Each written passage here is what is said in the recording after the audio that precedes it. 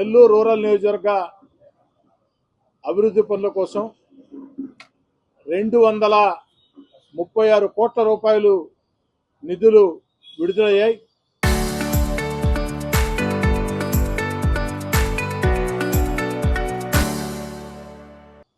టెండర్లు కూడా పూర్తయినాయి.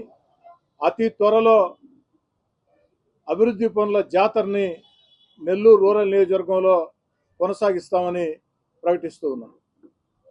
నెల్లూరు రూరల్ నియోజకవర్గంలో అభివృద్ధి పనుల కోసం ఏదైతే విలీన గ్రామాల్లో తాగునీటి సమస్య లేకుండా చేసేదానికి 200 కిలోమీటర్లు తాగునీటి పైప్ లైన్లు ఏర్పాట్లు, అదేవిధంగా నెల్లూరు రూరల్ నియోజకవర్గంలో 41వ డివిజన్ పరమేశ్వర నగర్లో ఒక వాటర్ ట్యాంక్, 30వ డివిజన్లో వైఎస్ఆర్ నగర్లో ఒక వాటర్ ట్యాంక్, 31వ డివిజన్ అంబాపురం అక్షరూపాడులో వాటర్ ట్యాంక్ల నిర్మాణం, వీటితో పాటు 200 కిలోమీటర్లు తాగునీటి పైప్ లైన్లు. దీనికోసం 125 కోట్లు అక్షరాల ఖర్చు చేయడం జరుగుతుంది. దీనివల్ల విలీన గ్రామాల్లో, శివారు ప్రాంతాల్లో, సామాన్య, పేద, మధ్యతరగతి కుటుంబాలు నివసించే ప్రాంతాల్లో తాగునీటి సమస్య భవిష్యత్తులో ఉండదు ఈ పనులు పూర్తయితే. అదేవిధంగా 18, 19, 20, 30, 35, 41 ఈ యొక్క డివిజన్లలో ఏదైతే 18, 19, 20, 30, 35, 41 ఈ 6 డివిజన్లో కూడా అండర్ గ్రౌండ్ డ్రైనేజ్ కోసం 51 కిలోమీటర్లు అండర్ గ్రౌండ్ డ్రైనేజ్ నిర్మాణం కోసం మరో 111 కోట్ల రూపాయలు. అంటే అదొక 125, ఇదొక 111, మొత్తం కలిపి 236 కోట్ల రూపాయల నిధులు నెల్లూరు రూరల్ నియోజకవర్గంలో తాగునీటి కోసం, డ్రైనేజ్ సమస్య పరిష్కారం కోసం ఈ యొక్క నిధులు విడుదలని, టెండర్లు కూడా పూర్తయిని అతి త్వరలో పనులు ప్రారంభిస్తారు. గత వైఎస్ఆర్ కాంగ్రెస్ పార్టీ ప్రభుత్వంలో ఆనాటి ముఖ్యమంత్రి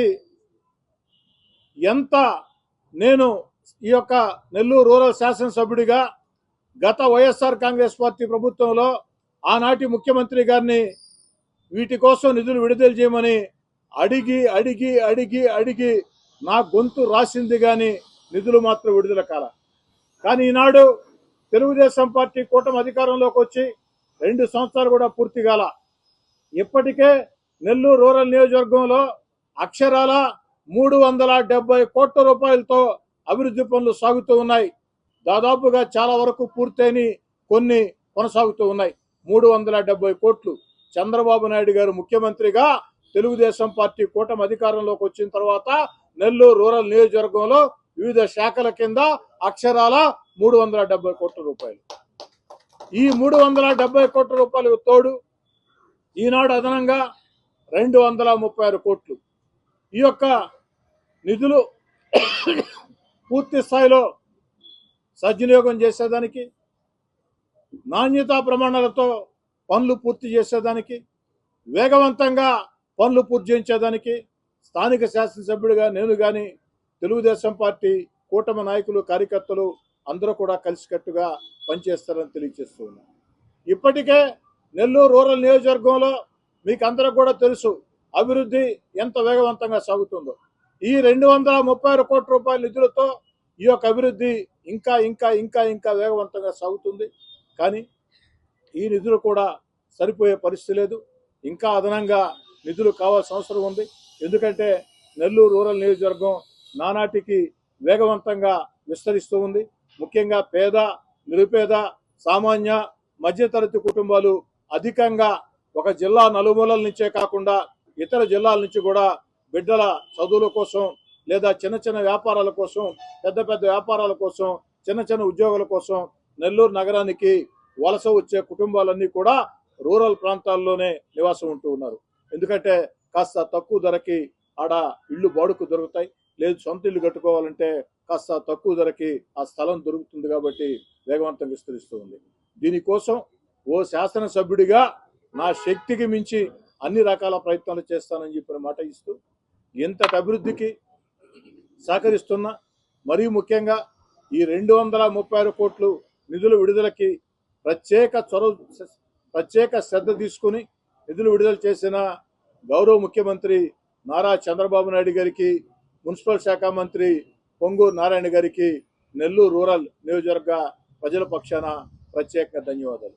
అంతేకాకుండా నెల్లూరు రూరల్ నియోజకవర్గంలో అభివృద్ధి పనుల కోసం ఏదైతే అన్ని రకాల కూడా సహకరిస్తున్నటువంటి ఉప ముఖ్యమంత్రి పవన్ కళ్యాణ్ గారికి, యువనేత నారా లోకేష్ గారికి, పార్లమెంట్ సభ్యులు వేమిరెడ్డి ప్రభాకర్ రెడ్డి గారికి, మరో మంత్రివర్యులు ఆనవ రామనారాయణ రెడ్డి గారికి, శాసన మండలి సభ్యులు వేదా రవిచంద్ర గారికి, నెల్లూరు నగర కార్పొరేషన్ మేయర్ పోలుబోయిన రూప్ కుమార్ యాదవ్ గారికి, కలెక్టర్ గారికి, కమిషనర్ గారికి, మొత్తం అధికార యంత్రాంగానికి ఏదైనా నెల్లూరు రూరల్ నుంచి ఈ సమస్య ఉంది అనే అధికారుల దృష్టికి తీసుకెళ్తే వేగవంతంగా స్పందించి, ఎందుకంటే మేము తీసుకెళ్లే సమస్యలన్నీ కూడా ప్రజలకి మేళ్లు చేసే సమస్యలు తప్ప 10 కాలాల పాటు ప్రజలు గుర్తుంచుకునే సమస్యలు తప్ప ఆ సమస్యల పరిష్కారం అయితే మిగతా సమస్యలు కాదు.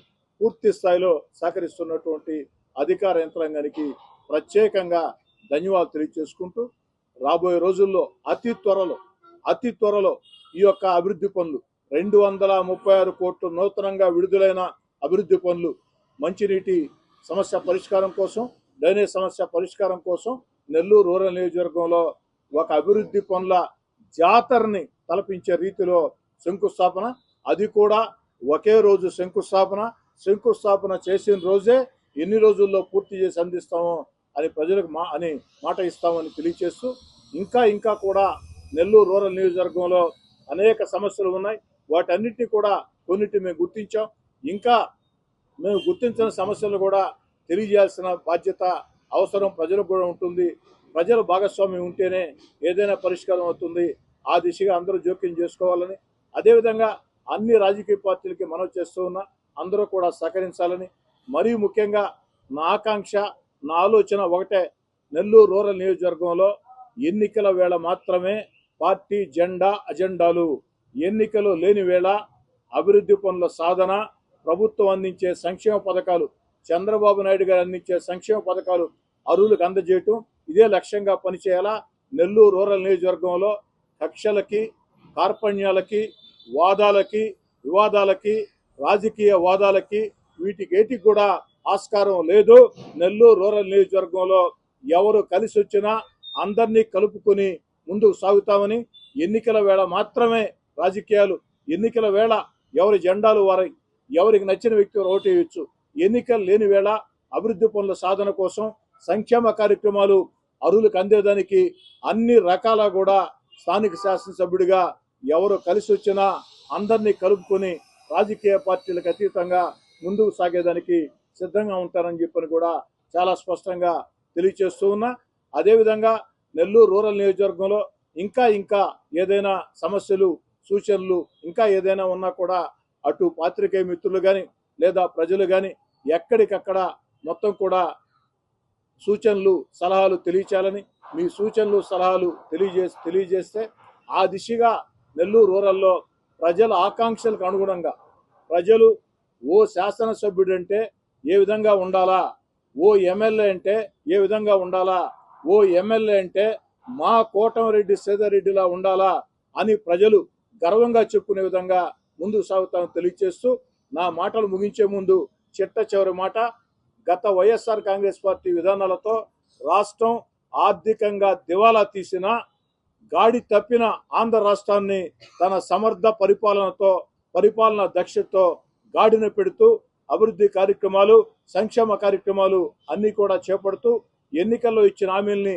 ఒక్కొక్కటి నెరవేర్చుకుంటూ వస్తూ మన బిడ్డల ఉద్యోగాల కోసం పారిశ్రామిక పెట్టుబడులు ఆకర్షిస్తూ అమరావతి ఏకైక రాజధానిని వేగవంతంగా పూర్తి చేస్తూ ఆంధ్రప్రదేశ్ దిశ మార్చే పోలవరాన్ని పరుగులు పెట్టిస్తున్న రాష్ట్ర ముఖ్యమంత్రి చంద్రబాబు నాయుడు గారికి ప్రజలందరి ఆశీస్సులు ఉండాలని కోరుతున్నాను. చరిత్ర సృష్టించినోడు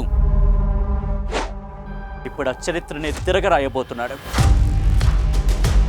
అబద్ధాల గోడల్ని బద్దలు కొట్టి నిజాలను రాగా మీ ముందుంచబోతున్నాడు. నిజమైన వార్తల కోసం వెంటనే డౌన్లోడ్ చేసుకోండి రా యాప్ని.